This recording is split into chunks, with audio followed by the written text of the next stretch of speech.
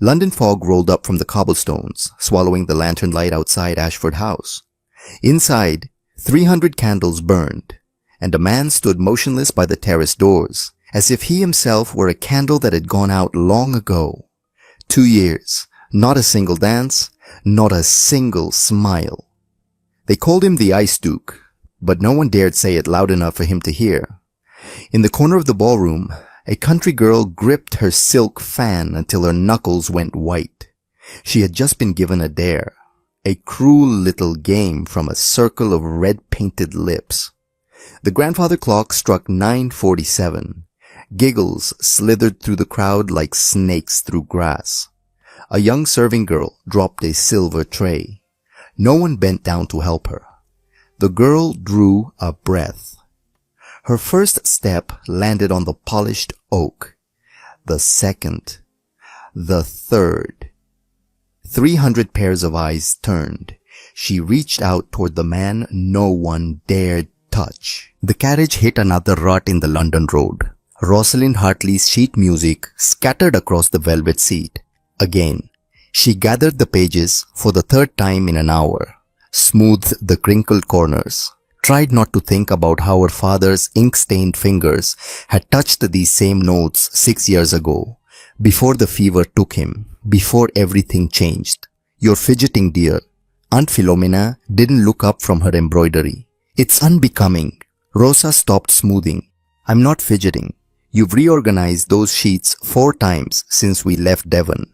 5 times. But who was counting? The London skyline emerged through the fog. Chimneys, spires, the density of it all pressing down like a hand on her chest. She'd never wanted to come here, never wanted the season, the balls, the performance of being charming and available and small.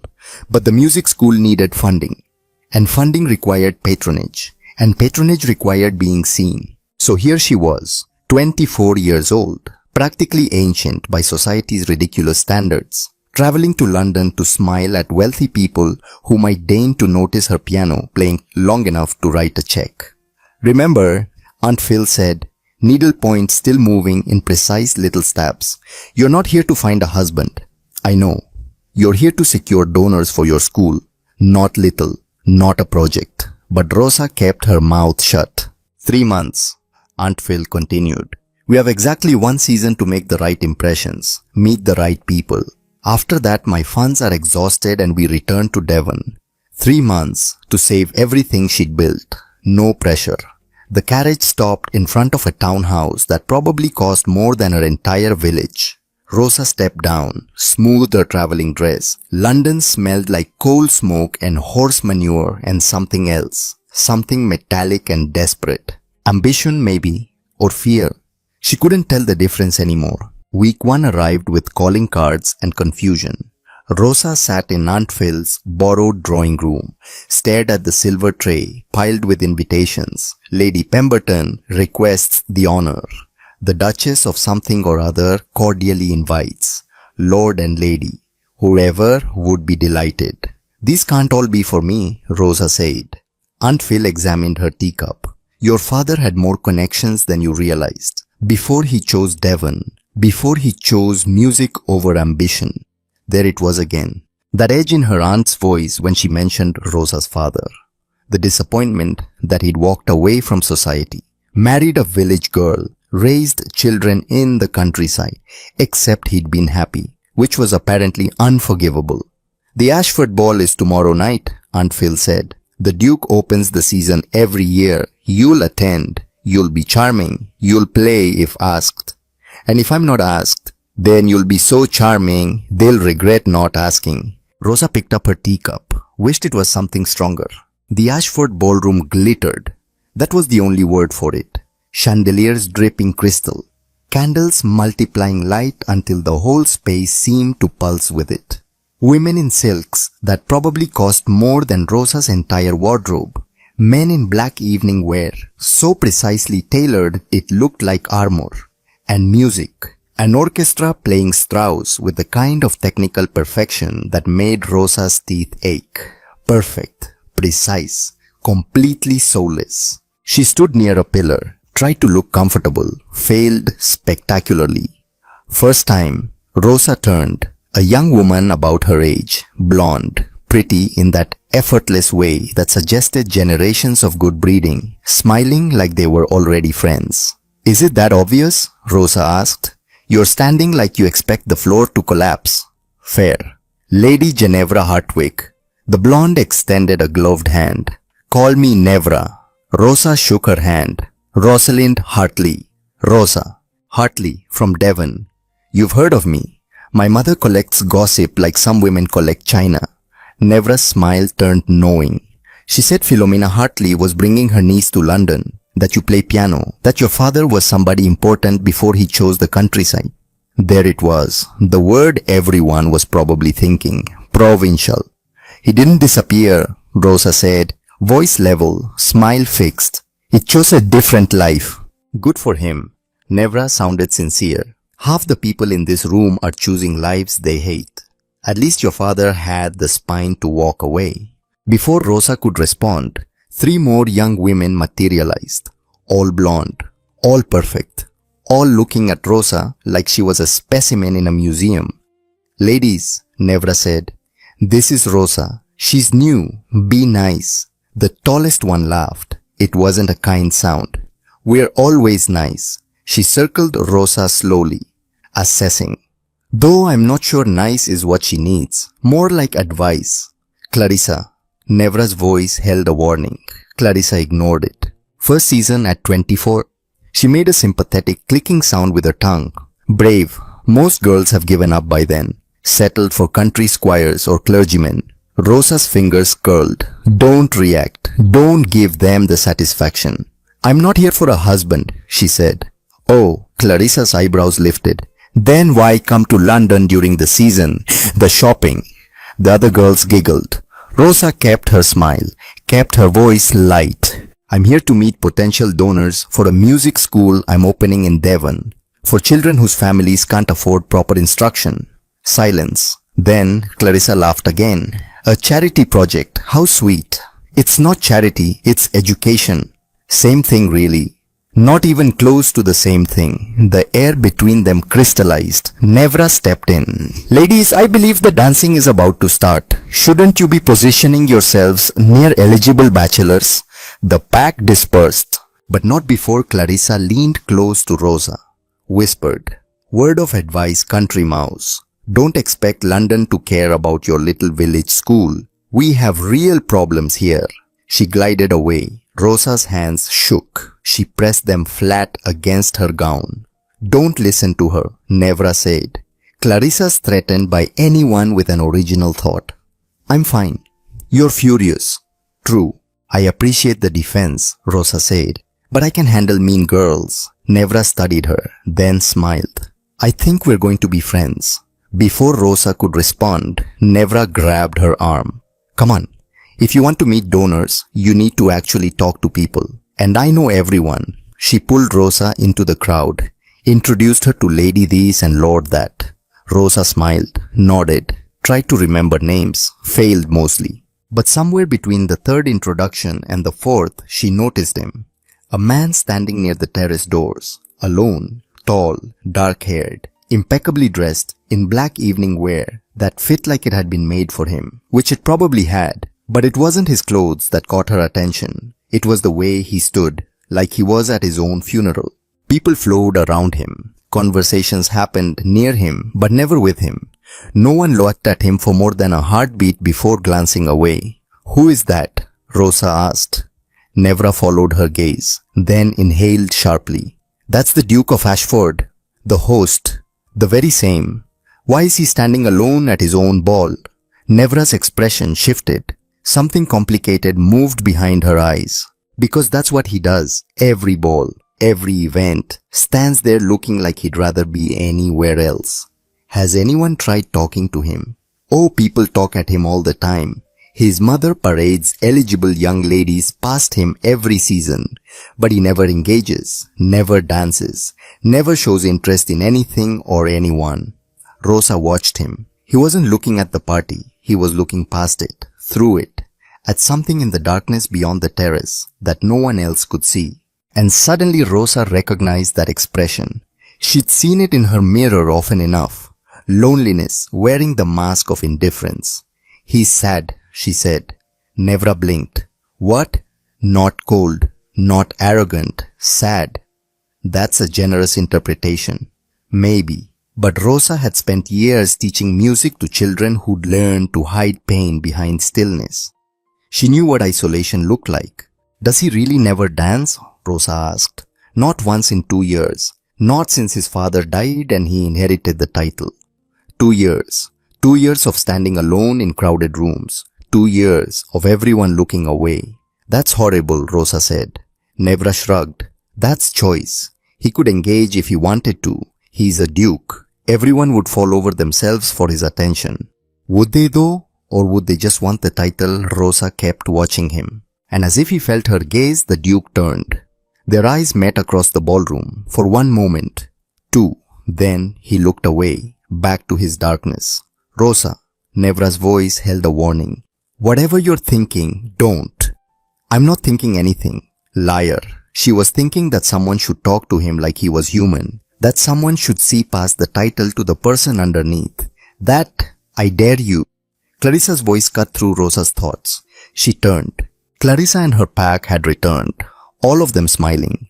The kind of smiles that preceded bloodshed. I'm sorry, Rosa said. I dare you. Clarissa gestured toward the Duke, to invite him to dance. The girls giggled. Rosa's stomach dropped. That's not funny, Nevra said. It's hilarious. Clarissa's eyes glittered. She wants to impress London society. Here's her chance. Walk across that ballroom. Ask the man and everyone's too frightened to approach. Invite him to dance. He'll refuse, one of the other girls said. Obviously. But imagine watching her try. Provincial girl makes a spectacle of herself while the Ice Duke cuts her down. Ice Duke. They'd given him a nickname. Of course they had. Rosa's hands curled into fists. I'm not interested in your games, she said. Of course not, because you're sensible. Clarissa's smile widened. You know your place. There it was. The real dare. Not to approach the Duke, but to prove she was brave enough to try. To prove she belonged here. Rosa looked at Nevra. Her new friend's expression said, don't do this. Looked at Clarissa.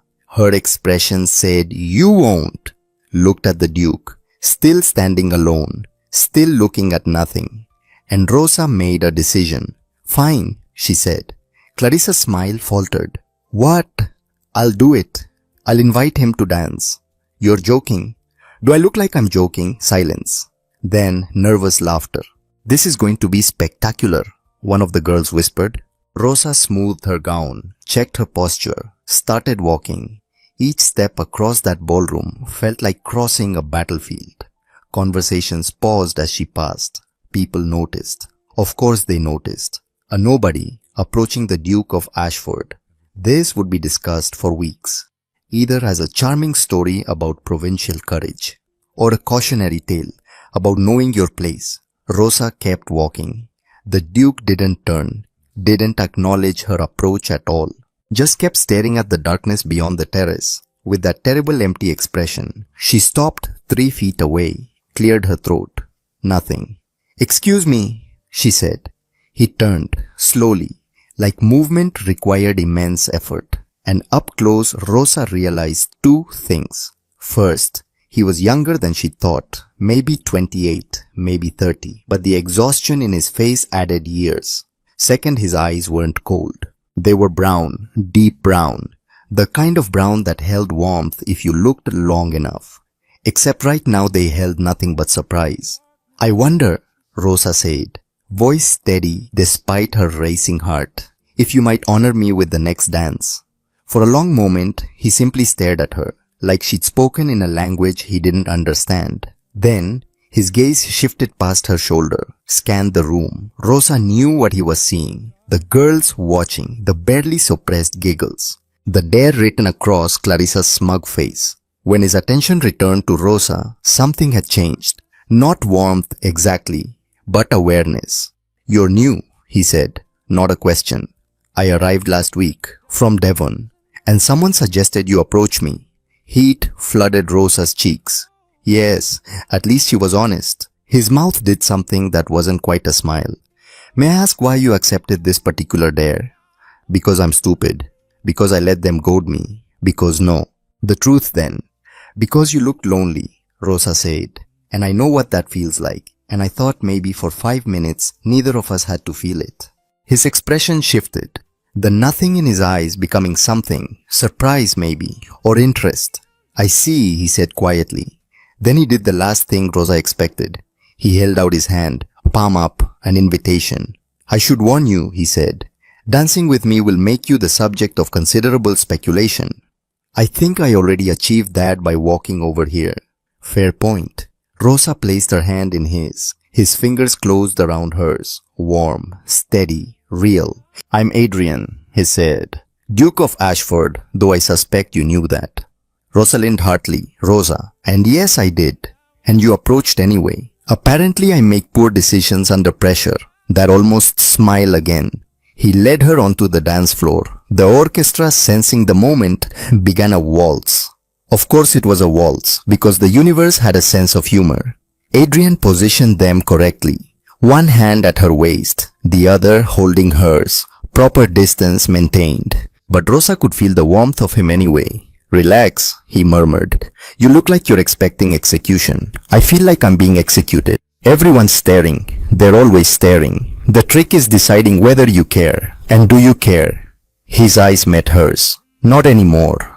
They began to move. And despite everything, despite the watching crowd and the dare and the absurdity of it all, Rosa found her rhythm. Adrian was a good dancer. Better than good. He led with confidence, but gave her space to follow naturally. Like he'd done this 1,000 times. Which he probably had. You dance well, she said. So do you. I learned from my brothers. You have brothers? 3. They're terrible dancers, but enthusiastic. Something flickered in his expression. I have no siblings, he said. It was just me and my father, and then just me. The sadness in those words hit Rosa like a physical thing. I'm sorry, she said. Don't be. He lived the life he chose. Duty above all else, including happiness. They turned smoothly through the next pattern. Rosa noticed people whispering, noticed a blonde woman in crimson watching with fury in her eyes, noticed an older woman beside her who looked equally enraged. Who are they? Rosa asked before she could stop herself. Adrian's jaw tightened. Lady Cordelia Carrington and her mother. Should I know them? They seem to think you should. His tone suggested complicated history. Rosa didn't push, but she noticed how his shoulders had tensed, how the almost warmth in his expression had shuttered. I've made things difficult for you, she said. You've made things interesting. Those aren't the same thing. No, but interesting is rarer. The waltz was ending, too fast and too slow at once. Adrian released her with perfect propriety, stepped back, bowed. Thank you for the dance, Miss Hartley, he said, voice carrying across the suddenly quiet room. I hope you enjoy the rest of your season. Formal, distant, the Duke mask sliding back into place. But just before he turned away, he leaned close, whispered, I know about the dare, but thank you for seeing past it. Then he was gone, walking back to his position near the terrace, leaving Rosa standing alone in the center of the dance floor. While 300 people pretended not to watch, she made it back to Nevra through sheer force of will. Well, Nevra said, that was either the bravest or stupidest thing I've ever witnessed. Probably both. Clarissa appeared, her smile brittle. Congratulations, you completed the dare, though I'm not sure what you proved except that he pities provincial girls. Rosa met her gaze. He didn't pity me. He danced with me. There's a difference. Is there? Yes. Because in those 5 minutes on the dance floor, Rosa had seen something. Not the Ice Duke, not the isolated aristocrat, but a man who'd forgotten what it felt like to be seen as human. And maybe that made her naive. Maybe she was reading too much into one dance. But she didn't think so. Come on, Nevra said. Let's get you some champagne. You've earned it. They escaped to the refreshment table. Rosa accepted a glass, drank it too fast. Easy, Nevra said. You're not trying to get drunk. Why not? Because the Dowager Duchess is heading this way, and she looks determined. Rosa turned, A tall, silver-haired woman cut through the crowd like a ship through water. Elegant, imposing, moving with the kind of grace that suggested she'd never slouched in her life. She stopped in front of Rosa, extended a hand. "Miss Hartley, I'm Isolde Ashford, the Duke's mother." Oh no, this was it. The moment where Rosa got lectured about propriety and staying in her lane. "Your Grace," Rosa managed. "I apologize if I don't." Isolde's voice was firm but not unkind. "Don't apologize for making my son smile for the first time in 2 years." Rosa blinked. "I didn't." "You did. I was watching." Isolde's expression softened. "He smiled when you said whatever you said about loneliness, just for a moment, but I saw it." Rosa's throat tightened. "I just thought he looked like he needed someone to talk to him like he was human." "Precisely." Isolde squeezed her hand. "Most people talk at him, request things, perform. You talk to him, there's a difference." The same thing Rosa had said to Clarissa. "I'd like you to come to tea," Isolde continued. "Tomorrow afternoon, 3 o'clock. I'm hosting a small musicale and I'd love to hear you play." "I don't understand. My son needs people in his life who see him. Not the title, not the power, him." Isolde's gaze was direct. "I think you might be one of those people. Are you interested in finding out?" Rosa's heart hammered. This was more than tea, more than music. This was an invitation into a world she didn't understand, but also an invitation to see Adrian again, to understand what had put that sadness in his eyes. "Yes," she heard herself say. "I'm interested." Isolde smiled. "Excellent. I'll send a carriage." She glided away. Nevra whistled low. Well, that escalated. "What just happened?" "The Dowager Duchess just decided you're worth knowing, which means half of London will want to meet you by tomorrow morning." Rosa drank more champagne. "I came here to find donors for a music school." "Congratulations, you just found the best one in England." "This is insane." "Welcome to London, darling." Rosa looked across the ballroom. Adrian was still standing by the terrace, but as she watched, he turned, met her gaze, and for just a moment, that almost smile appeared again. Then he looked away, back to his darkness, but something had shifted. Rosa felt it like a physical thing, the beginning of something, or the end of something. She wasn't sure which, maybe both. The carriage arrived at precisely 3 o'clock the next afternoon. Rosa had changed her gown 4 times, settled on the pale blue silk that had been her mother's, simple, elegant, the kind of dress that whispered rather than shouted. Aunt Phil adjusted her bonnet. "Remember, this is an audition." "For what?" "For whether you're worth the Dowager Duchess's time and patronage. Play well. Be charming." Rosa's stomach twisted. "What if I'm not good enough?" Aunt Phil's expression softened, rare enough that Rosa almost gasped. "Your father could have had any life he wanted," she said quietly. "He chose music, chose teaching you. If there's one thing you are, Rosalind, it's good enough." The carriage stopped. Rosa stepped down. The Ashford London residence was beautiful. Creamstone, perfectly proportioned windows. The kind of old money that didn't need to announce itself. But what caught Rosa's attention were the gardens visible from the entrance. Roses trained along walls, herbs in practical rows, fruit trees, heavy with summer apples. Someone here cared about growing things, not just owning them. A butler showed her to a drawing room. Already full, Rosa counted 12 people, all older than her, all dressed in the kind of understated elegance that spoke of genuine wealth rather than performance, and every single one of them turned when she entered, assessing. Rosa's hands trembled. She clasped them behind her back. "Miss Hartley." Isolde rose from her seat near the piano. "How lovely. Come meet some friends." The next 30 minutes passed in a blur of names and faces. Lord something who composed operas, Lady whatever who funded orchestras, a couple who'd studied under Beethoven in Vienna, real musicians, real patrons, people who actually cared about music beyond using it as social currency. Rosa felt herself relaxing.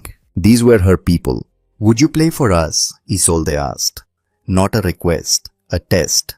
Rosa nodded, crossed to the piano, a broadwood grand, gorgeous instrument, Ivory keys that felt like silk under her fingers.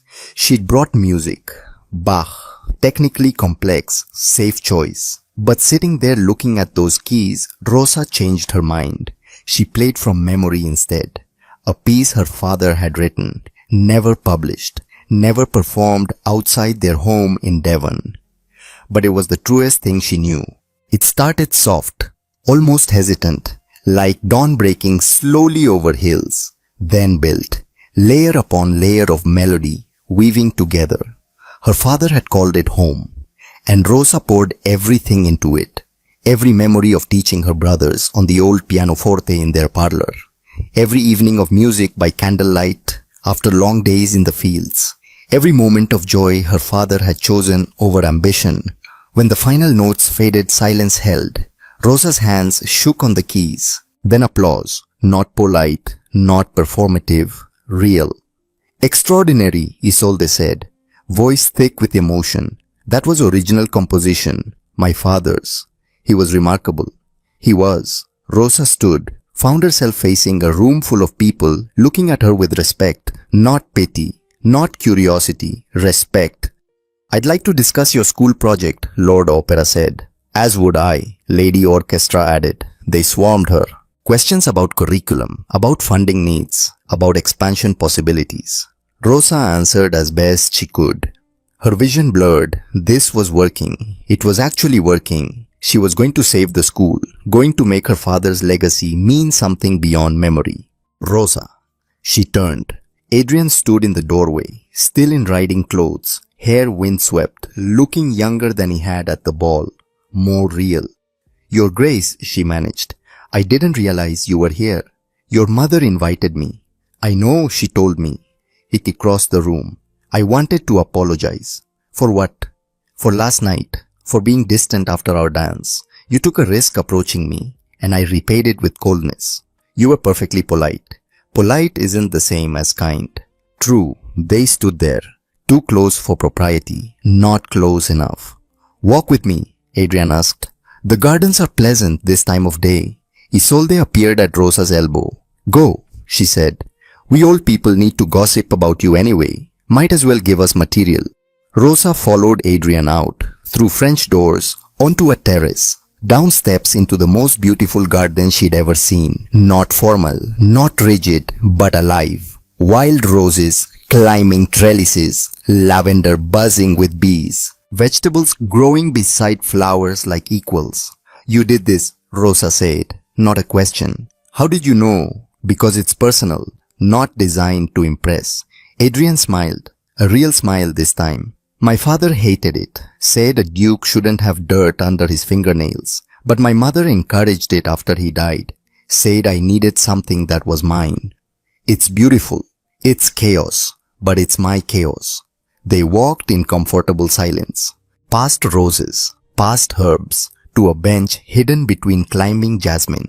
Adrian gestured for her to sit. I want to explain about last night, he said. You don't owe me explanations. I think I do. He sat beside her, close enough she could smell lavender and earth on his clothes. I know about the dare, Adrian said. I've known since the moment you crossed that ballroom. My mother's network is excellent. Nothing happens in London society without her hearing about it within minutes. Rosa's stomach dropped. Then why did you dance with me? Because you were honest when I asked. And because what you said after was true. His voice dropped.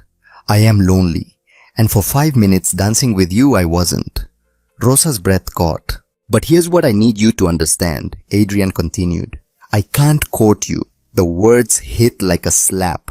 I wasn't expecting, I know, but I want to be clear anyway, because you're kind and talented, and you looked at me like I was human instead of a title, and those qualities make me want things I can't have. Why not? Because I need to marry someone like Cordelia Carrington, the blonde woman from the ball, the fury in her eyes. Why her? Adrian's jaw tightened. Her family controls 40 votes in Parliament. I need those votes to pass an agricultural reform bill that will protect tenant farmers from arbitrary eviction and excessive rents.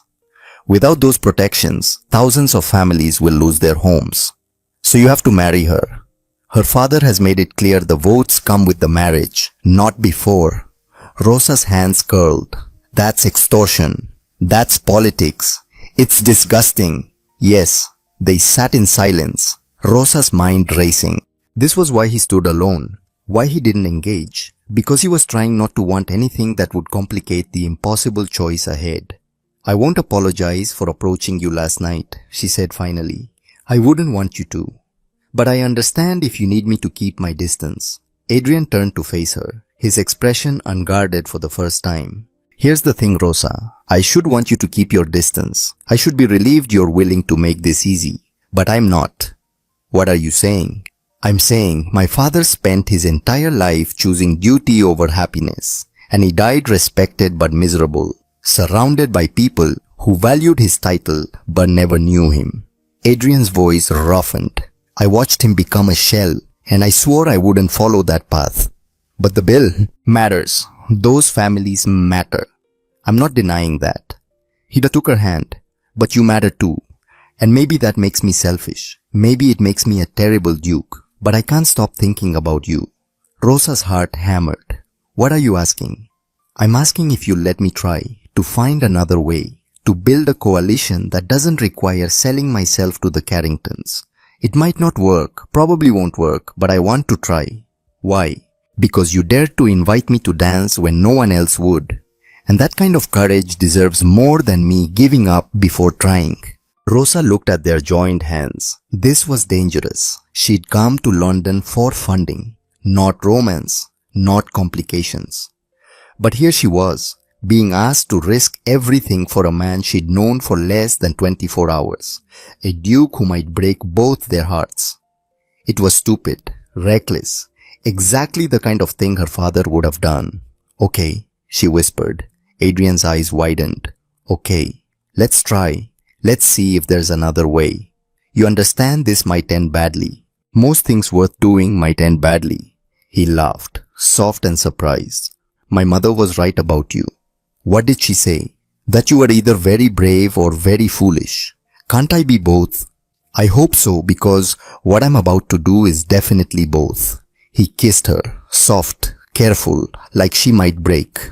Rosa's eyes fluttered closed. His mouth tasted like Earl Grey tea and something sweet. His hand cupped her face, gentle, real. When he pulled back, they were both breathing hard. That was, Rosa started, a terrible idea. I was going to say perfect. Adrian smiled, the real smile that transformed his whole face, made him look 28 instead of ancient.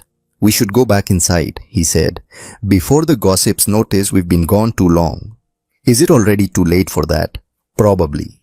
They stood, started walking back toward the house, and that's when Rosa saw them. Two figures standing in the shadow of the terrace, watching. One was a servant, the other was a young woman Rosa didn't recognize. Both had seen the kiss. Adrian, she said quietly. He followed her gaze. His expression shifted, the warmth draining, the Duke mask sliding back. Go inside, he said. I'll handle this. But, please, Rosa. She went, but not before she saw the servant hurry away, saw the young woman smile, a cold calculating smile that promised nothing good. Inside, Isolde took one look at Rosa's face and guided her to a quiet corner. What happened? Someone saw us in the garden. Isolde's expression tightened. Kissing. Rosa nodded. Well, Isolde's voice was matter of fact. That will complicate things. I'm sorry. Don't be. My son has been walking dead for 2 years. If it takes a scandal to make him feel alive, I'll take it. But the rumors will spread, will be vicious, will test whether either of you has the spine to weather them. Isolde squeezed Rosa's hand. The question is, do you? Rosa thought about her father, about the choice he'd made to walk away from this world, about the music school waiting in Devon, about Adrian's smile when he kissed her. Yes, she said. I think I do. Good, because they're coming. Who? Everyone. And in the days that followed, Rosa learned what that meant. Invitations arriving every hour. Some genuine, some clearly designed to assess the provincial girl who'd caught the Duke's attention. Whispered conversations that stopped when she entered rooms, stares that followed her everywhere. And through it all, one name kept appearing. Cordelia Carrington, the woman Adrian was supposed to marry. The woman whose fury Rosa could feel even from a distance. The second week was ending.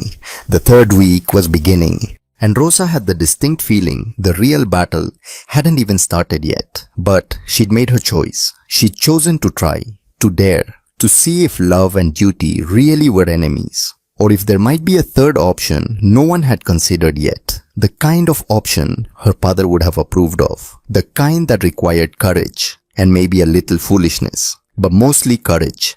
The third week continued with poison wrapped in perfume. Rosa found the first note slipped under her breakfast plate. Cream paper. Expensive. No signature. Such a charming performance at the musicale. Though one wonders if your talents extend beyond the piano. Some girls are so very accomplished at securing attention. Aunt Phil snatched it away, read it, burned it in the fireplace. Ignore it, she said. Who would send something like that? Does it matter? Jealous people do petty things. But 3 days later, another arrived. Then another, each one more pointed than the last. The Duke has obligations you clearly don't understand. How fortunate that your piano playing distracts from your lack of breeding. Rosa stopped reading them, started burning them immediately. But the damage was done. Someone wanted her to know she didn't belong, and they weren't wrong. She didn't. Not really. She was a village girl playing at sophistication, attending events where her gown cost less than the candles lighting the room, pretending she understood the unspoken rules of a world that had spent centuries perfecting exclusion. You're brooding, Nevra said. They were at Lady Pemberton's garden party. Rosa had been staring at her teacup for 10 minutes. I'm thinking, dangerous hobby. Someone's been sending me letters. Nevra's expression shifted. What kind of letters? Rosa told her. Watched her friend's face harden. Cordelia, Nevra said flatly. You don't know that. I absolutely know that. This is her specialty. Anonymous cruelty. Rosa set down her teacup, looked across the garden to where Cordelia held court. Blonde, beautiful, surrounded by admirers, laughing at something a young lord said, performing perfect. And Rosa hated her, which was unfair. Cordelia was just protecting what she thought was hers. Except Adrian wasn't hers, had never been hers, was being traded like property to secure votes. I need to talk to her, Rosa said. Nevra grabbed her arm. That's a terrible idea. Probably. She'll eviscerate you. Maybe. Rosa. But Rosa was already walking. Across perfectly manicured lawn, past ladies in pastel silks, through conversations that stopped as she passed. Cordelia saw her coming. Her smile sharpened. Miss Hartley, sweet as poisoned honey. How lovely to see you. Miss Carrington, might I have a word? Of course. Ladies, excuse me. Her admirers dispersed, like well-trained soldiers. Cordelia gestured to a bench. They sat, two women in a garden, about to go to war with words. I'll be direct, Rosa said. Please do. I admire directness. Liar. Did you send the letters? Cordelia's expression didn't change. What letters? The anonymous notes, criticizing my background, my intentions. My dear half of London is criticizing your background and intentions. You'll have to be more specific. Rosa's hands curled. Fine, let me be specific. I know about the arrangement with Adrian, the votes, the expectation of marriage. Now Cordelia's mask cracked, just slightly. Do you? Yes, and I'm sorry you're being used as a bargaining chip. Cordelia laughed, cold, sharp. You're sorry for me, how charitable. I mean it. No one should be traded for political favors. And yet here we are. Cordelia's eyes glittered. In a world where women have two choices, marry well or disappear. I chose to marry well. You're trying to steal that choice. I'm not stealing anything. Adrian isn't property. Isn't he? A duke is exactly property. Title, land, power, all packaged in attractive flesh. Cordelia leaned closer. You think you love him. You think he loves you. But love is a leisure people like us can't afford. People like us, women, we get security or passion, rarely both, never for long. Rosa stared at her, really looked, past the perfect facade, and saw something unexpected. Pain. You don't want to marry him, Rosa said slowly. Cordelia's jaw tightened. What I want is irrelevant. Is it? My father controls my future. Adrian's votes depend on this marriage, and you're a temporary obstacle that will be removed. Is that a threat? It's reality. Cordelia stood. Enjoy your little romance, Miss Hartley, but understand it has an expiration date, and when that date arrives, you leave, because staying will destroy everything. The Duke's political future, your precious music school, even him. She walked away. Perfect posture, perfect performance, leaving Rosa sitting alone on a bench, hands shaking. Because Cordelia was right, this couldn't last. Eventually Rosa would have to choose, love or everything else. And she wasn't sure which terrified her more. Week 4 brought visitors, Rosa's brothers, all 3 of them, arriving unannounced in a rented carriage that had seen better days. Oliver, Jasper, Felix, looking wildly out of place in their country clothes and earnest expressions. Aunt Phil took one look and ordered tea. Strong tea, the kind you needed for bad news. We have a problem, Oliver said. Of course they did. Rosa sat across from them in the drawing room. Tried not to notice how shabby the furniture suddenly looked with 3 farm-strong men occupying it. The estate, she asked. Oliver nodded. Mr. Blackwood accelerated the foreclosure timeline. We have 8 weeks instead of 12. Rosa's stomach dropped. Why? He didn't say, but I have a theory. Felix pulled out a leather folder, opened it. Inside were documents, legal papers, debt transfers. The original loan was through Blackwood, Felix said, his professor voice, the one he used when explaining complicated things. But 3 weeks ago, it was sold to a holding company, the Carrington Group. Silence. Then Rosa understood. Cordelia's father bought our debt, Oliver confirmed, and now he's forcing immediate payment. £800 in 8 weeks. Impossible. We can sell everything, Jasper said quietly. The horses, the equipment, maybe the north field. That won't be enough, Oliver said. Then what? Rosa's voice cracked. We lose everything father built. Unless you have £800 lying around. She didn't. She had donors interested in the music school, had promises of future funding, but nothing immediate, nothing liquid, nothing that could save her family home. Felix was watching her, too carefully. What is it? She asked. There might be another way. Felix, Oliver warned. She should know. Know what, Bonet? Felix met her eyes. Lord Carrington sent a letter to you, care of our address in Devon. He handed her an envelope. Rosa's hands trembled as she opened it.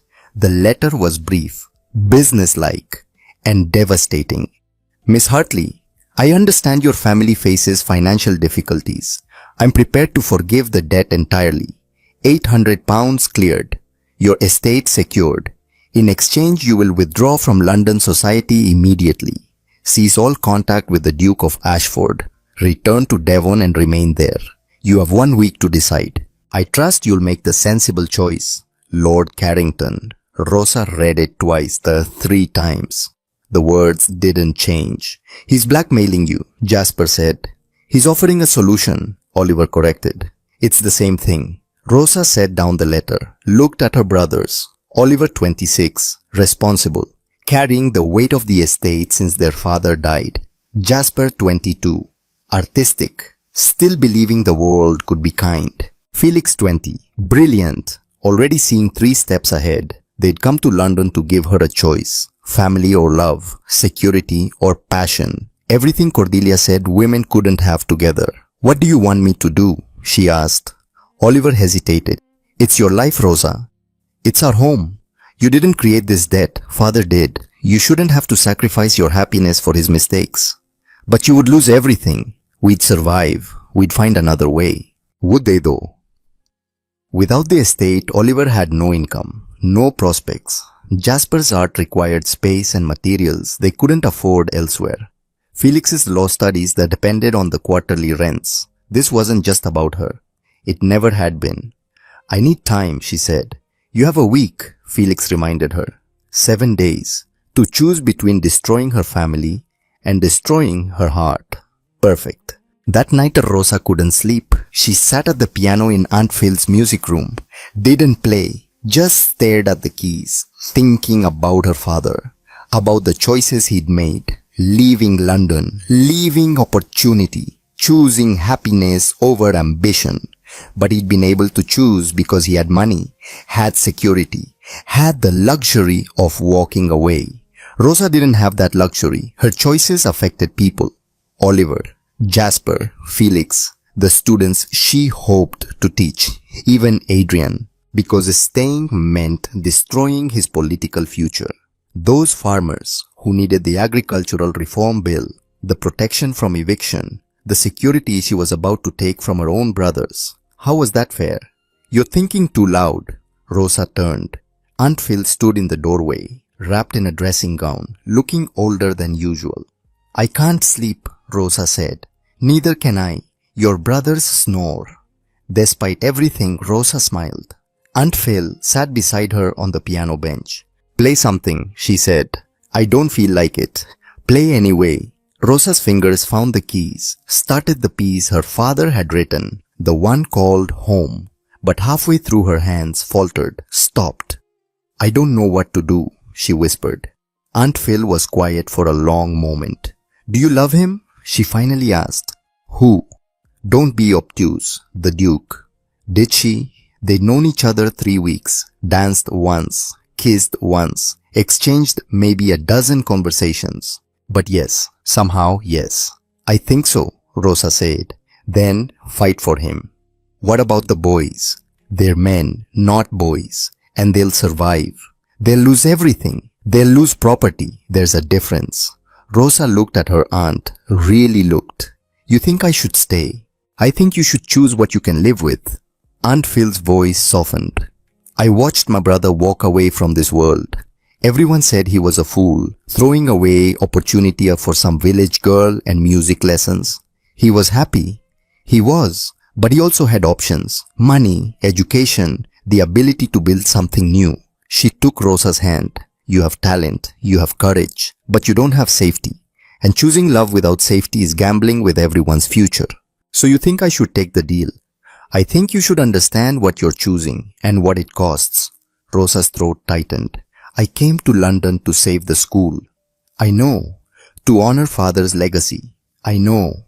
And instead I'm risking everything for a man who might not even be able to choose me. Yes, the honesty of it hit like a slap. What would you do? Rosa asked. Aunt Phil smiled sadly. I already did it. 40 years ago. Chose security over passion. Married a man I respected but didn't love. Spent 30 years in a comfortable prison. Did you regret it? Every day. And not at all. She squeezed Rosa's hand. That's the thing about choices, dear. They're always both right and wrong. You just have to decide which wrong you can live with. Week 5 brought a charity concert, organized by Isolde, to raise funds for agricultural reform education. Ironic given the circumstances, Rosa was scheduled to perform, had agreed weeks ago, before everything became complicated. Now she stood backstage, in a borrowed gown of deep green silk, hands shaking. You'll be wonderful, Nevra said. She'd appointed herself Rosa's unofficial manager, which mostly meant keeping her from panicking. I can't do this. You absolutely can. Everyone knows about the letters, about Cordelia, about the situation with my family. Then give them a reason to talk about something else, your talent. The curtain rose. Rosa walked onto the stage, faced an audience of 200, all the important families of London, all watching with varying degrees of interest and judgment. She sat at the piano, adjusted her skirts, found the keys, and played. Not the safe choice, not the piece she'd rehearsed, but something new, something Jasper had helped her compose last week, when they were supposed to be discussing debts and foreclosures, but instead had spent an evening creating music about impossible choices. It started quiet, almost questioning, one hand asking, the other answering. A conversation in melody, then it built. Conflict, tension, two themes fighting for dominance, neither winning, neither losing, just existing in beautiful, aching discord. Rosa lost herself in it, forgot the audience, forgot Cordelia watching from box seats, forgot Adrian in the back row, forgot everything except the music.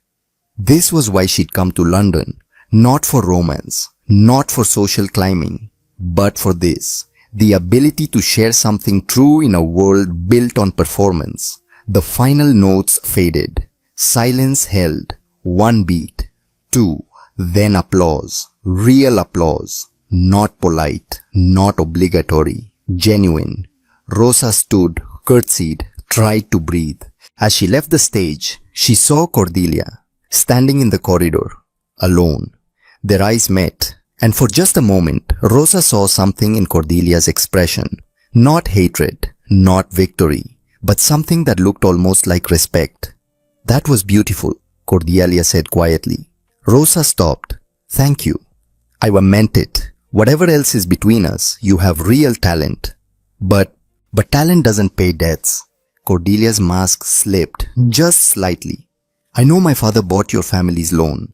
I know what he offered you. Did you tell him to do it?" "No, but I didn't stop him either." Honesty, finally. "Why are you telling me this?" Rosa asked. Cordelia looked away. "Because you were right. Earlier, when you said no one should be traded for political favors." Her voice dropped. "I don't want to marry Adrian. I never did." Rosa's breath caught. "Then why?" "Because I don't have a choice. My father's debts are worse than yours. The Ashford alliance is the only thing keeping our family from ruin.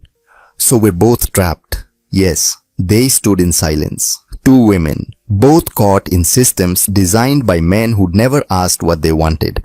"What if we worked together?" Rosa said slowly. Cordelia's eyes widened. "What? Instead of fighting each other, what if we found another way?" "There is no other way." "Maybe there is, maybe we're just not looking hard enough." Cordelia stared at her, then laughed, soft and bitter. "You're serious?" "Yes. You actually think we can fix this?" "I think we can try." Cordelia was quiet for a long moment. "If I help you," she finally said, "what do I get?" "Freedom, same as me. Freedom to do what become a spinster live on charity. Freedom to choose something other than this." Cordelia's expression shifted, something vulnerable moving behind her eyes. "I wanted to study medicine," she said. So quiet Rosa almost missed it. "Before my father forbade it, said it was unladylike." "Then study medicine. With what money?" "I don't know yet, but I know continuing down this path leads nowhere good for either of us." Cordelia looked at her, really looked, and Rosa saw the moment she decided. The moment fear shifted into something else. Hope maybe, or desperation. Hard to tell the difference. "What's your plan?" Cordelia asked. "I don't have one yet." "Fantastic. A revolution with no strategy." "Do you have a better idea?" "No, which is why I'm apparently considering this insanity." Cordelia straightened. "But if we do this, we do it my way, carefully, with actual planning." "Agreed. And if it fails, we never speak of it again." "Fine." They shook hands, formal, binding, two former enemies becoming allies. Because the real enemy wasn't each other. It was the system trying to control them both. Week 6 brought revelation. Rosa and Cordelia met secretly. 3 times. Always in public places where being seen together seemed coincidental. The third meeting, Cordelia brought documents.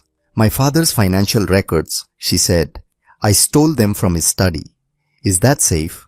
"No, but neither is this entire endeavor." "Fair point." They spread the papers across the table in Isolde's private sitting room. The Dowager Duchess had offered her home for their conspiracy. After Rosa had confessed everything, expected judgment, received support instead. "Let me understand," Isolde had said.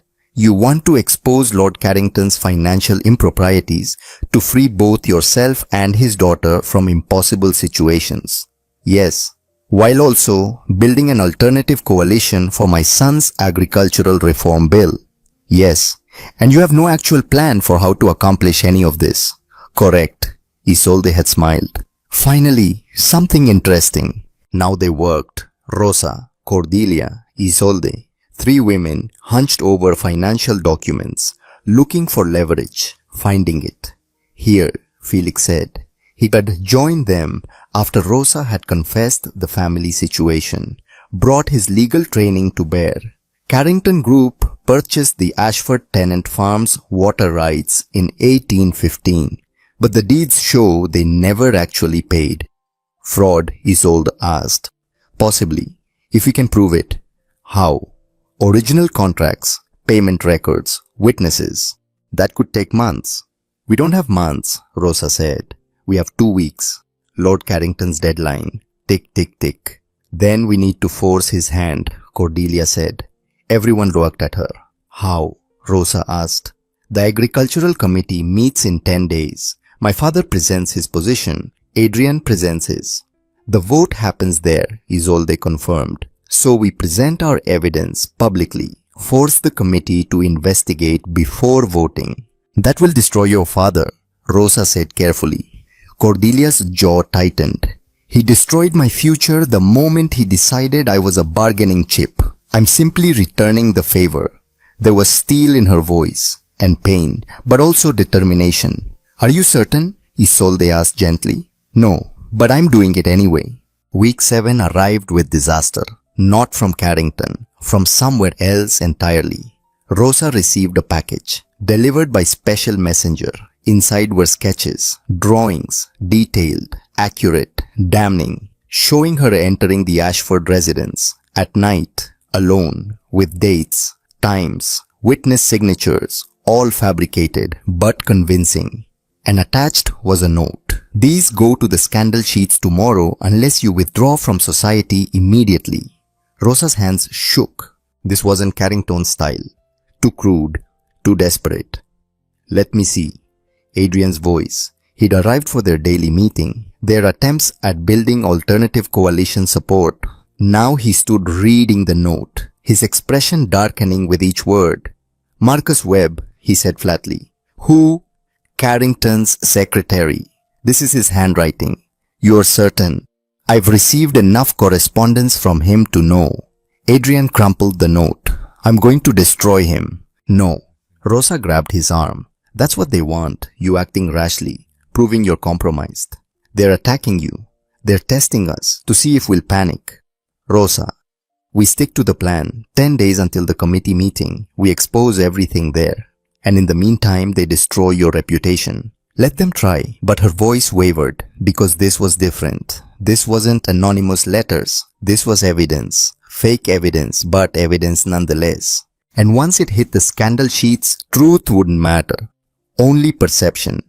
There's another option, Isolde said quietly. She'd been listening from her chair. Now she stood, crossed to her writing desk, pulled out a folder. I've been saving this, she said, for 15 years. She handed it to Adrian. He opened it, read. His face went white. Mother, this is evidence of Lord Carrington's embezzlement from military funds during the war. £20,000. With witnesses, documents, proof. Silence. Why didn't you use this before? Rosa asked. Because mutually assured destruction only works if both sides know the weapons exist. Isolde's expression was granite. Carrington knew I had this. I knew he had dirt on my husband. We maintained detente. But now he's broken that detente by attacking my son's happiness. So I'm breaking it by ending his career. Rosa stared at the documents. This would ruin Carrington completely. Criminal charges, prison possibly, and it would free Cordelia, free Rosa's family from debt, free Adrian from political blackmail. But at what cost? Using this makes us like them. Rosa says slowly. Does it? Isolde met her eyes. Or does it make us survivors? Rosa didn't have an answer. Week 8 arrived with the Agricultural Committee meeting. Rosa dressed carefully, not in borrowed finery, but in the blue silk that had been her mother's. Simple, honest, real. If she was going to fight, she'd do it as herself. The committee room was packed. Members of parliament, landowners, concerned citizens. And tucked in the public gallery, Rosa sat with Cordelia. Two women about to detonate a bomb. Lord Carrington presented first, smooth, polished, reasonable. He argued against immediate reform, suggested gradual changes, reminded everyone of economic stability. It was a masterful performance, and it was working. Rosa could see it in the committee members' faces. They were being swayed. Then Adrian stood, presented his counter-argument. Tenant protections, fair rents, security for farming families. Good points, strong moral position, but lacking political teeth. The vote would be close, too close. And that's when Rosa stood. "I have evidence to present," she said. The room turned, shocked murmurs. Women didn't speak at committee meetings. "Sit down," someone said. "I have evidence of financial impropriety relevant to this discussion." Lord Carrington's face went white. "This is highly irregular," he said. "So is blackmail." Rosa's voice carried. "So is buying debt to force young women into silence. So is embezzling military funds." Gasps. She handed his Soldis documents to the committee chairman. "This folder contains proof that Lord Carrington embezzled £20,000 from military supply contracts during the Napoleonic Wars. Money meant for soldiers, diverted to his personal accounts."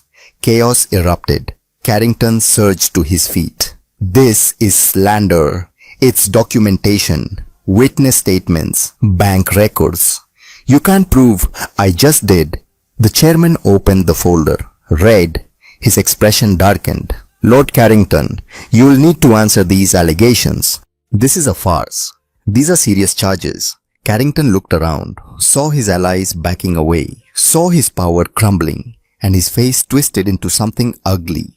"You little—" He started toward Rosa. Adrian blocked him. "Touch her and I'll destroy you myself." "You already are." Carrington's composure shattered. "You and your provincial whore." The room gasped. Adrian's fist connected with Carrington's jaw. The sound echoed like thunder. Carrington went down. Security rushed in. More chaos. And through it all, Rosa stood, hands shaking, heart pounding, watching everything she'd built explode. "Rosa." Cordelia's voice. She stood beside her, pale but steady.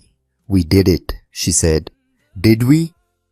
Because this looks like disaster.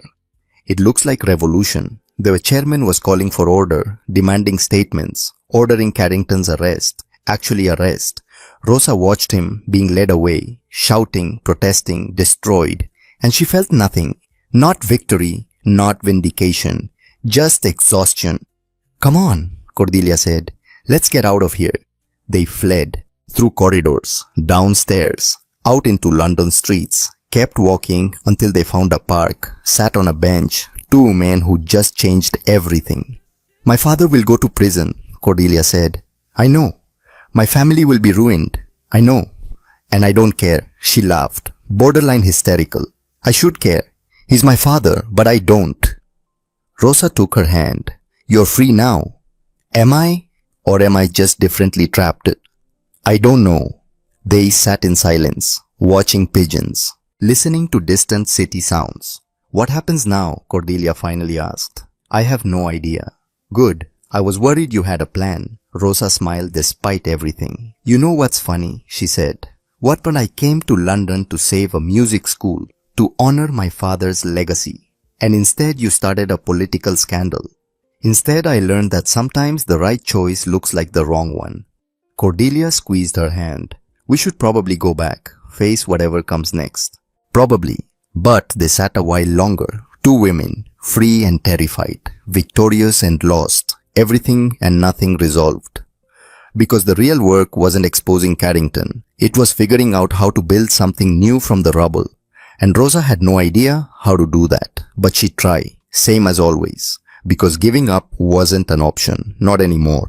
Not when so many people were counting on her, including herself. The scandal broke at dawn the next day. Rosa woke to shouting in the street. Newsboys hawking papers. Duke throws punch at Parliament Lord arrested for wartime fraud. She stumbled to the window, saw the headlines plastered across every corner, her name in print, her face sketched in unflattering detail. Provincial music teacher sparks political chaos. Aunt Phil appeared in the doorway, still in her nightgown, holding 3 different newspapers. Well, she said, you wanted to make an impression. This isn't what I meant. No, but it's what you got. Isolde arrived at 2 with Cordelia and Felix and a plan. They gathered in Aunt Phil's drawing room, spread documents across every surface. The agricultural committee is in chaos, Felix said. Carrington's arrest has paralyzed the vote. Can the Adrian still pass the reform bill? Rosa asked. Not without a new coalition. Carrington controlled 40 votes. Those are now scattered. So we need to gather them. We need to gather 38, Isolde corrected. That's the minimum for passage. 38 votes in 10 days before Parliament's summer recess. Cordelia pulled out a list. These are the members who voted with my father out of obligation, not conviction. Now that he's disgraced, they're free agents. Will they talk to us? They'll talk to reason, to benefit, to the promise that this reform helps everyone. The next 3 days were a blur. Felix worked the legal angles. Isolde worked her society connections. Cordelia, newly free from her father's control, worked the sympathetic vote. Rosa felt useless. She couldn't approach politicians, couldn't attend parliament sessions, couldn't do anything except wait. On the 4th day, Oliver arrived from Devon with news. Carrington Group released our debt, he said. Rosa's breath caught. What? Forgave it entirely. As part of the bankruptcy proceedings. We're free. The estate is safe. Rosa hugged her brother, felt him solid and real and alive. You did this, Oliver said quietly. I nearly destroyed everything. You saved it. There's a difference. Day 7 brought the vote. Rosa wasn't allowed in the chamber. Women never were. But she waited in the public corridor with Cordelia, Nevra, Aunt Phil, all of them pretending not to watch the door. Inside, Adrian was making his case. 38 votes, that's all he needed. The minutes crawled. Rosa paced. The door opened. Felix emerged, his face unreadable. Well, Cordelia demanded. 41 to 37. Silence. Then Rosa understood. He won. He won. Chaos erupted. Nevra hugged Cordelia. Aunt Phil actually smiled. And Rosa just stood there, numb. He'd done it. Without Carrington's votes, without blackmail, without compromise. Adrian had built a coalition based on actual shared interest and passed legislation that would protect thousands of families. The door opened again. Adrian stepped out, surrounded by congratulating politicians, looking exhausted, looking older. His eyes found hers, across the crowded corridor, and for one moment, just one, the careful Duke mask slipped.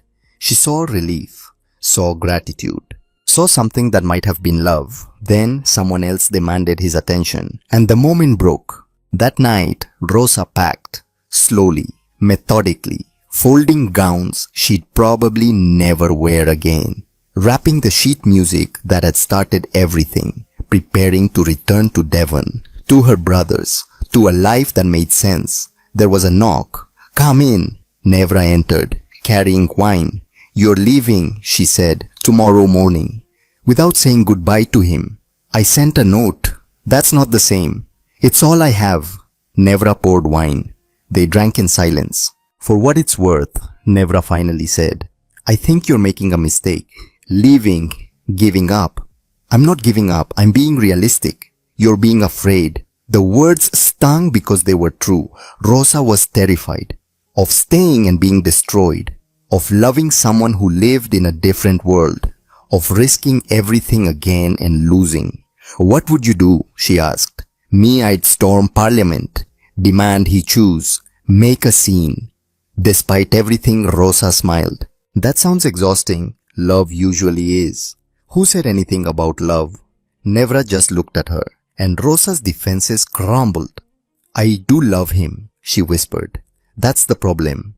I love him, and it doesn't matter, because we exist in different worlds.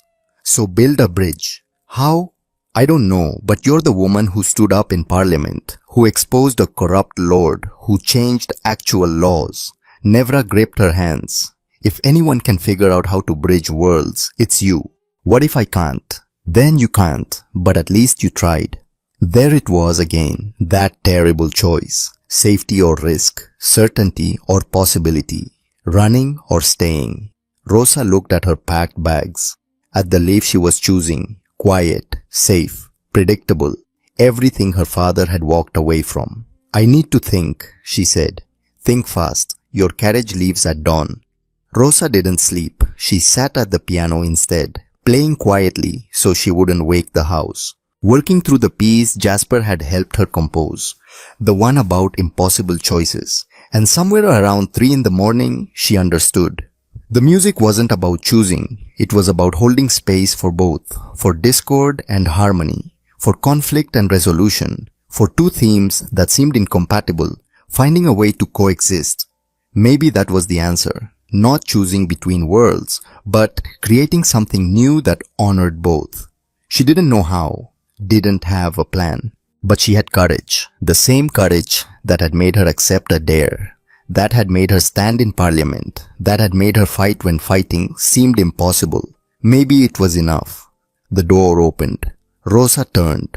Adrian stood there, still in evening clothes, hair disheveled, looking like he'd run the whole way. You're leaving, he said. Not a question. How did you know? Nevra sent a very strongly worded note. Threatened to tell everyone I was a coward if I didn't come. Are you a coward? Probably. He crossed the room. I've been avoiding you for a week, telling myself it was political necessity, that I needed to focus on the vote. You did need to focus. I also needed to tell you that none of it mattered without you. Hill took her hands. The vote passed. I achieved what I've been working toward for 2 years. And all I could think was that you weren't there to share it. Rosa's throat tightened. I was there, in the corridor. That's not the same as beside me. I can't be beside you, Adrian. I'm a scandal. I'll always be a scandal. Good. She blinked. Good. I spent 2 years being careful, being the perfect duke, following rules I didn't make for a world I didn't design. His grip tightened, and it almost killed something in me, until you dared to invite me to dance. That was different. Was it? You saw someone isolated and chose to reach out, even when it was dangerous, even when it made you look foolish. He pulled her closer. That's not scandal, that's courage, and I need that courage in my life. What are you saying? I'm saying, don't leave, not yet. Give me a chance to figure this out. Figure what out? How to build a life where we both fit, where your music and my politics can coexist, where we're not choosing between worlds, but creating a new one. It sounded impossible, sounded exactly like what her father had done, walked away from expectations to build something real. I don't know how to do that, Rosa whispered. Neither do I, but I want to try. His voice dropped. Unless you don't want me, unless I'm reading this wrong and you're leaving because you want to, not because you think you have to. I want to stay. Then stay. It's not that simple. It's exactly that simple. Stay. Let me court you properly. Let me prove this is real. Adrian, I love you. The words hung in the air. Simple, devastating, true. You don't know me well enough to love me, Rosa said. I know you stood up in parliament when no one asked you to. I know you fight for what matters. I know you see people instead of titles. He cupped her face. I know I want to spend my life learning everything else. Rosa's vision blurred. If I stay, there will be more scandals, more whispers, more people saying I'm not good enough. Let them. I've spent my whole life caring what people think. I'm done. The vote proved I can win without compromising who I love. Proved I can build coalitions based on shared values instead of threats. His thumb brushed her cheek. But none of it matters if I lose you in the process. You might regret this. I might, but I'll regret letting you go more. They stood there, close enough to kiss, not kissing yet, just breathing the same air, existing in the same impossible moment. Stay, he whispered again. Please. And Rosa made her choice, the terrifying one, the uncertain one, the one her father would have made. Yes, she said, I'll stay. He kissed her then, soft and desperate, like she might disappear, like this might be a dream. Rosa kissed him back, poured everything into it. All the fear and hope and love she'd been carrying. When they finally pulled apart, both breathing hard, Adrian rested his forehead against hers. I have no idea how this works, he admitted. Neither do I. Good. We'll figure it out together. 6 weeks later came the final ball of the season. Rosa dressed in pale gold silk. Not borrowed this time, but commissioned, with money from new patrons. Because somehow, impossibly, the music school donors had returned. Not all of them, but enough. Enough to start. Enough to matter. Cordelia had helped, using her newfound freedom to advocate, speaking publicly about the importance of arts education, about giving children from all backgrounds access to music. She was studying medicine now, at Edinburgh, funded by Isolde, who apparently believed in investing in determined women. Rosa checked her reflection. The woman looking back was different from the one who'd arrived in London 12 weeks ago. Not softer, not smaller, but bolder. Sure of herself in ways that had nothing to do with society's approval. Ready? Aunt Phil asked. As I'll ever be. They descended to the waiting carriage, the same one that had brought Rosa to London. But everything else had changed. The ball was magnificent. Ashford residence transformed into something magical.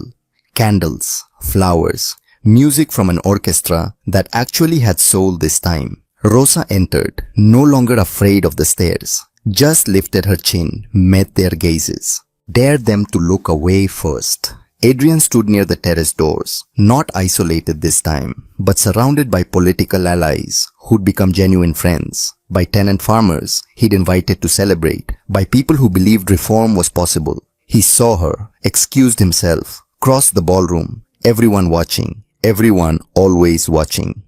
Miss Hartley, he said formally, Your Grace, would you do me the honor? He held out his hand, the same way he had 12 weeks ago. When she dared to ask, when everything had started, Rosa took it, let him lead her onto the dance floor. The orchestra began a waltz. Of course it was a waltz. They began to move, and this time Rosa wasn't nervous, wasn't performing, just existing in this moment with this man who'd somehow become hers. People are staring, she murmured. Let them. They're probably scandalized, undoubtedly. And you don't care, not even slightly. They turned smoothly through the pattern. Rosa noticed Cordelia in the crowd, home from Edinburgh for the event, smiling. Noticed Nevra dancing with a young lord. Noticed Oliver and Jasper and Felix scattered throughout. All of them here, all of them belonging. Not because they'd changed, but because the space had expanded to include them. What are you thinking? Adrian asked. That this is surreal. Good surreal or bad surreal? I'm not sure yet. He smiled. That real smile that still made her heart stutter. I have something to ask you, he said. Now in the middle of the dance floor. Seemed appropriate, given where we started. Rosa's breath caught. Adrian. Wait. Let me say this before I lose my nerve. He pulled her slightly closer. I know it's fast. I know we've only known each other 12 weeks. I know society will say it's improper. Then why? Because I love you. Because you make me braver. Because I want to build that new world we talked about. The one where music and politics coexist. Where courage matters more than convention. He stopped dancing. In the middle of the floor. In front of everyone. And knelt. Gasps echoed through the ballroom. Rosa's heart hammered. This was insane. This was public. This was perfect.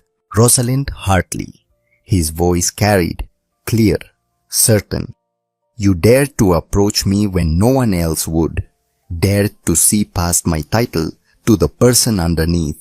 Dared to fight for what mattered even when it was terrifying. He pulled out a ring. Simple gold band. No elaborate jewels. Just honest metal catching candlelight. Now I'm daring to ask. Will you marry me? Will you let me spend my life learning what courage looks like? Will you build that impossible future together? Silence. Complete silence. 300 people holding their breath, waiting. Rosa looked at him. At this man who'd been so isolated, who'd learned to risk again because of her, who was now kneeling in front of all of London, offering everything. She could say no, could protect them both from more scandal, could be sensible, practical, safe, or she could choose the terrifying thing, the uncertain thing, the thing her father would have chosen. Yes, she said, then louder, so everyone could hear. Yes, I'll marry you. The room erupted. Applause, cheers, some scandalized gasps, but mostly joy, genuine joy. Adrian stood, slipped the ring onto her finger, kissed her, in front of everyone. Propriety be damned.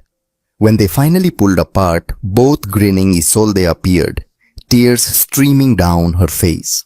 Welcome to the family, she said, pulled Rosa into a hug. You terrifying, wonderful girl. I'm sorry if this causes problems. Stop apologizing. You just gave my son back his life. Isolde squeezed her shoulders. That's worth any amount of scandal. The rest of the evening passed in a blur.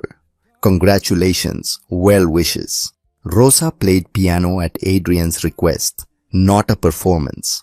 Just music, shared with people she loved. Jasper accompanied on violin. Felix sang, badly, but with such enthusiasm no one cared.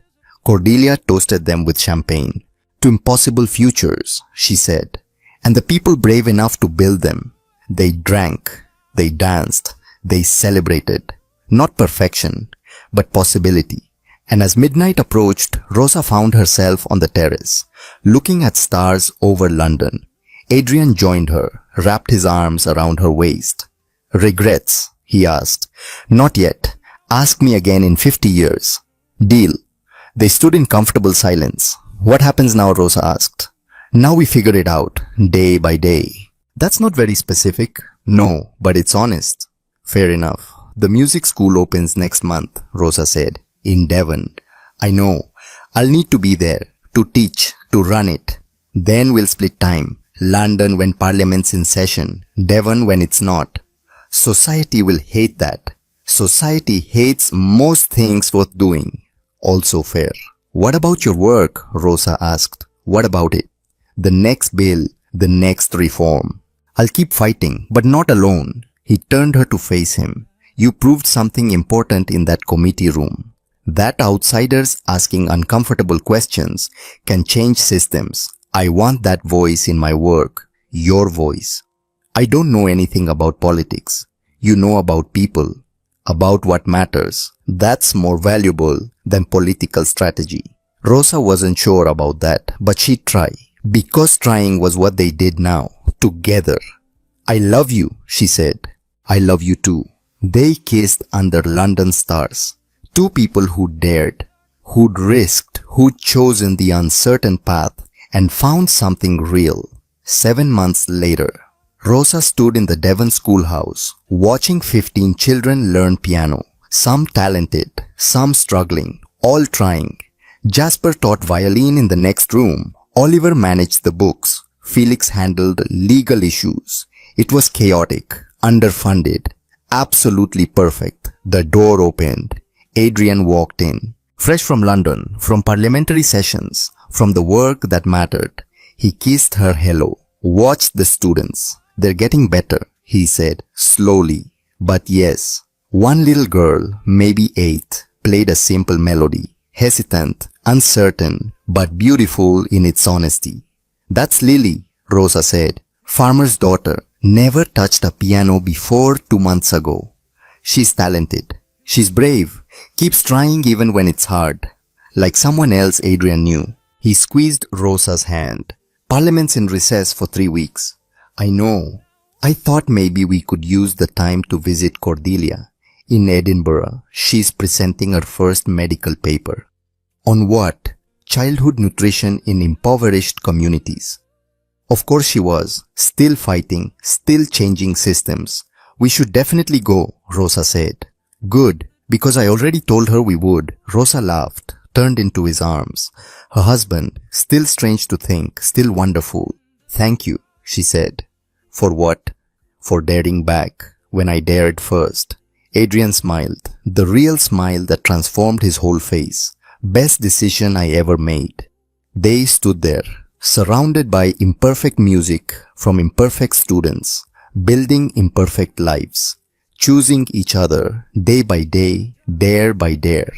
And it wasn't a fairy tale, wasn't perfect, still had struggles and scandals and moments of doubt.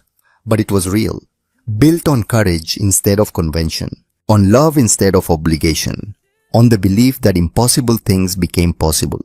When someone was brave enough to try, Rosa looked at the children, at Adrian, at the life they'd built, and thought about her father, about the choice he'd made, walking away from society to choose happiness.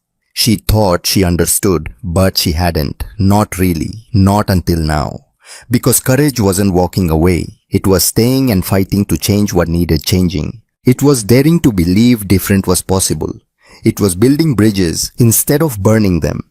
Lily finished her piece, looked up nervously. Was that okay? It was perfect, Rosa said. Really, really, because you tried, even though it was scary. That's what matters. The girl beamed, went back to practicing, and Rosa understood something else. This was the legacy, not the school itself, but the courage it taught, the belief that anyone could learn, could grow, could dare to try. That's what her father had given her. What she was giving these children. What Adrian was giving tenant farmers through reform. What Cordelia was giving patients through medicine. The gift of possibility. And it was enough, more than enough. It was everything.